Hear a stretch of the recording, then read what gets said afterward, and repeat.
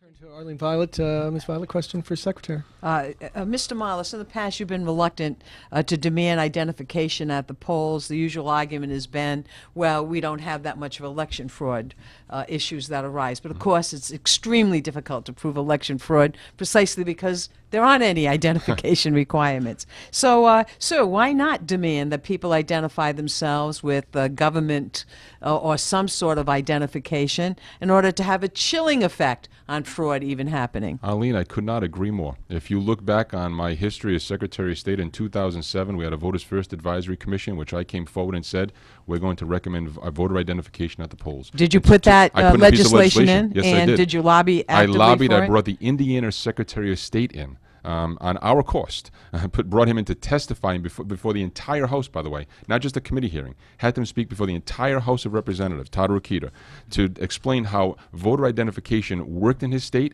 and it withstood the test of the Constitution and the Supreme Court. I put together a piece of legislation that did not disenfranchise one voter.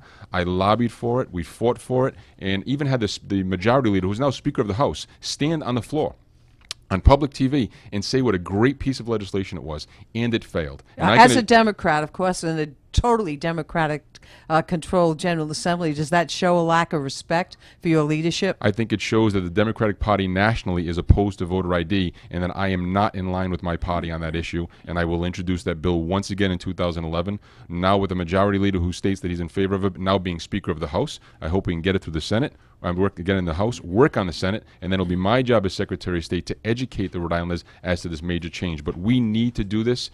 As you mentioned, the perception eliminates fraud, but the law has to be so that we don't disenfranchise one voter. We don't turn anybody away, but the time for voter identification has truly come. Ms. Taylor. Yes, it's true. Mr. Marlis did promise this in writing in the Providence Journal 4 years ago, and it's another broken campaign promise. He says he fought for it, but the last year, this year and election year, when his party is against it, he did not fight for it in the General Assembly. He did not have it, the legislation, say, introduced in behalf of Secretary Marlis. And this is a disappointment. This is something that goes on in election years. This is politics as usual. The legislation was pulled because everyone agreed, including myself, that you cannot put together a voter ID piece of legislation to pass in June of 2010 and then be implemented 90 days later with no education. I have been out there fighting for this issue. You really can't possibly say that this is something that I have not been in favor of. I was the one person in Rhode Island fighting for this, and I will fight for it again in 2011, and will continue fighting until it does become law. Secretary of State debate. Question to Ms. Taylor. I've seen where you blame the Secretary Marlis for the low turnout. How is it his fault for low turnout? Is he personally responsible for rounding people up on a primary day? He opened the door to that by taking credit for record voter turnout in 2008, when I think most of us can agree that was the excitement over President Obama. And so when you try to take credit for record voter turnout, which, by the way, the percentage of increase in voters registered in Rhode Island, which is, yes, a record for us, was 45th in the country. So in context, it's still a poor showing. But if you're going to take credit for high voter turnout, then you certainly have to accept the blame for low voter turnout. And I would also say that I think that low voter turnout is largely a result of voters not being inspired to trust the process. Mr. Secretary. From Voters in the Classroom Initiative, Voters in the Workplace Initiative, going to citizenship ceremonies, visiting every single high school and every single college university during my 4 years and registering people to vote, yes, we feel that we've played a significant role in having almost 9 out of 10 eligible Rhode Islanders registered to vote. Let me also say that if you look at our accomplishment, what I'm saying is that when we had a record turnout, we oversaw a smooth, nearly flawless election. My point is that when you had more people to vote than at any time before in state's history, we still made sure that election went smooth. There weren't long lines. There wasn't controversy. At the same time, we will take credit in the fact that we had a lot of public service announcements and helped a high turnout in 2008. So if I'm going to take credit for 2008, I'll be sure to also share in the blame for what is a low turnout in 2010, and we need to do something about that. You just accepted the blame. Thank you, sir. Okay. Jim Hummel, the Hummel Report. A question for Secretary Marlis? Mr. Secretary, I know in politics a lot of jobs go to people you know or people who have been around, and a lot of people will say, why would you give them to your enemies?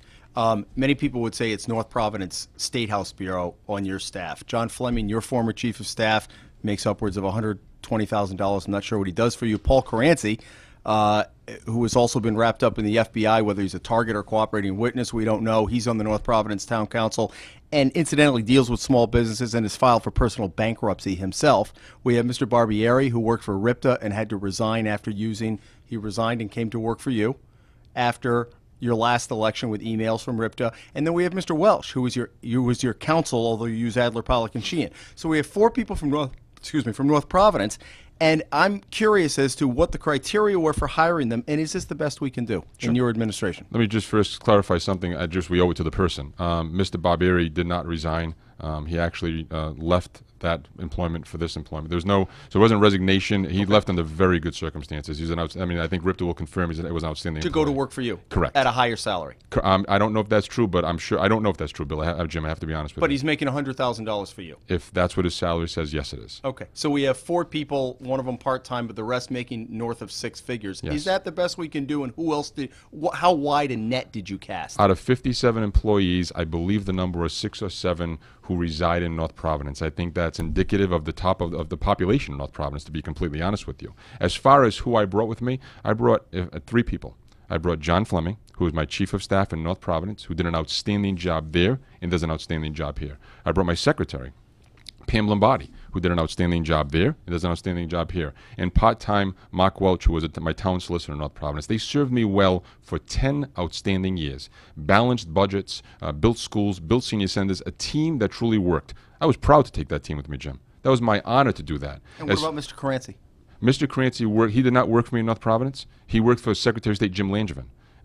Secretary of State Langevin spoke very highly of him, stated that he was very instrumental in the First Stop Business Center, something that I wanted to reinstitute as secretary, and so it was very easy to bring him along because of his experience under a secretary who I had a lot of confidence in. Does his filing personal bankruptcy give you cause as to his ability to deal with businesses? Paul Caranci is not involved in dealing with businesses. He handles my legislative agenda. He handles constituent concerns. He handles a number of things. As Deputy Secretary of State, he does have some authority over all the divisions, but he does not work directly in our corporations division. Catherine Taylor. Thank you so much for finally getting at some of those job descriptions, which have been so hard for us to understand. And so you mentioned 57 full-time employees. That's the entire staff of the Secretary of State's office. So that's 50 or 51 who were there when you got there. And so everybody that you brought in was from North Providence. No, that is not true, Catherine. If you look at the dates of employment, you wouldn't know that, so I just want to let you know that it's easy to find this. No. Nothing's easy to find on your website. The 57 employees that we have, we've probably hired, I couldn't even tell you, but a number have left since I got there.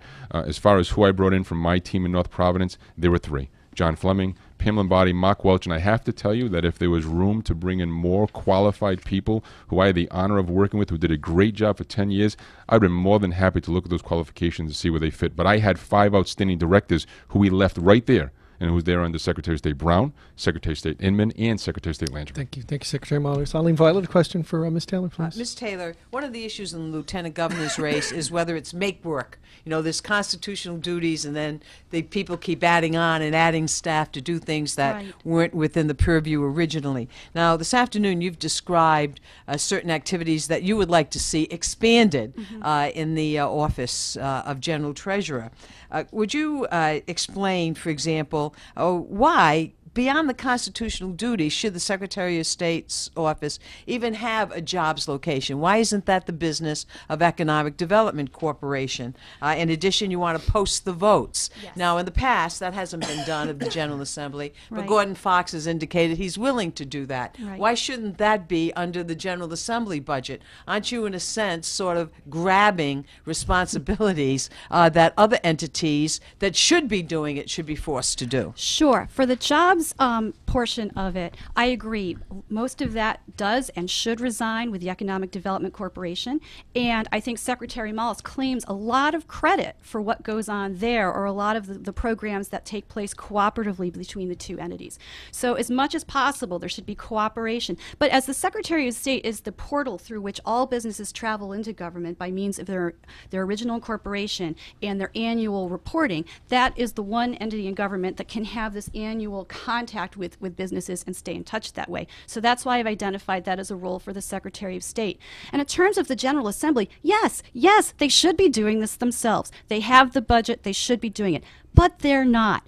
And I want to harken back to what Secretary Langevin did, and he viewed his role as holding the General Assembly accountable for their work. And if they won't do these things themselves, the voter deserves someone in government who will, and it's the Secretary of State who's in charge of elections and therefore owes the voter complete information so they can make a meaningful vote on Election Day, who's in charge of public information and the state library where the printed journals of the votes reside, and therefore is the one person in government who, if the General Assembly won't act, then must and should have. Mr. Mollis, you started the one-stop Yes. program, but it's basically the same question I have for you. While that's laudable, what's it doing potentially in the Secretary of State's office when theoretically the Economic Development Corporation ought to be the one-stop portal? Whenever an elected official can do whatever they can to help the employment situation in Rhode Island, to move the state forward, we should take advantage of that. Being that every single corporation and entity comes through our office in one way or another, if we can find ways to make it easier for them to function, to cut red tape, whether it be the online initiatives in the first year we're in office, whether it's the cooperation with EDC and the free workshops we give every single month, the First Stop Center, as you mentioned, Arlene, where people can come to us and help them cut through the red tape and find all the forms they need to open up a business. Whether it's the master business application, which we've unfolded and will be up and running in 2011, whenever we have the opportunity to do something that positively affects a Rhode Islander, we should do that. And so I see this office as taking what we do and going a step further. Should it also do what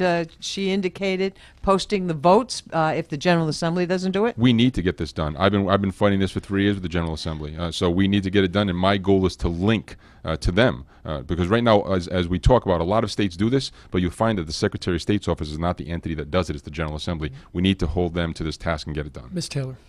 Well, first of all, the business buzzer program that Secretary Mollis promised us in writing is exactly the very thing that I've called for that you've dropped. So, really, you did once view this as a responsibility of staying in touch with businesses and letting them know what regulatory changes are coming down the pike so they can prepare and not find themselves out of compliance in an unwitting way.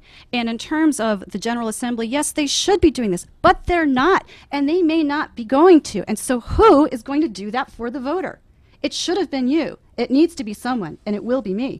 Thanks, Ms. Taylor. Question, Mr. Secretary, this came up during the primary debates, your acceptance of the campaign donations from the former town councilmen who were caught up in the latest FBI investigation. Mm-hmm. Do you regret the way that played itself out, your acceptance of the money? You said you wouldn't give the money back and later, I guess, agreed to have the money donated to Hasbro Children's Hospital. Mm-hmm. Do you regret the way that was played out? Should the money have gone back right away? Did Hasbro take the money?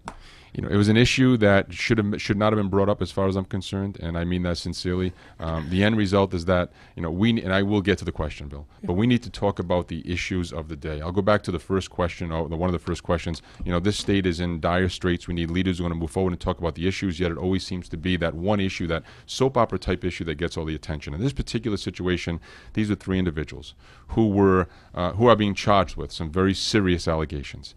And of course, I know all 3, but my family is a lifelong friend of another's. And as I mentioned in the paper, I'm going to return this money to a charity so that we can focus on the issues at hand and stop dragging this along for months and months and months. But at the same time, you know, one of the individual's father was a lifelong friend of my father, stood by his side during some very difficult times. And I am not going to be judge and jury. I'm going to be a friend. And so as this gentleman faces this, he has a friend in Ralph Mollis, and I'm not going to stand on a political soapbox and a podium and make political gain out of someone else's loss. It's a very difficult situation. If something's been done wrong, they should and will pay the price, and let the judicial branch take care of that. And that's how I felt about the issue, and I still do today. Ms. Taylor. It's really laudable not to want to be just a fair weather friend, and I applaud that. However, we're talking about the Secretary of State, who's in charge of voting and who's in charge of the whole process of people coming to be public officials. And your instincts have to be right on this.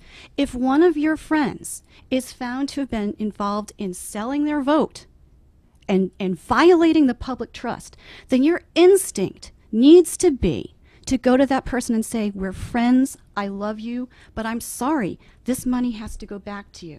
You know I love you, I'll be there for you, but I have a job to do. I have to set an example for the people of Rhode Island, and my instincts are right here. Secretary. And I'm not going to necessarily disagree with that. But I will say that when and if that takes place, it takes place after an election and it takes place privately. I don't need to make any political gain on the backs of a friend. I want to talk about the issues of the Secretary of State.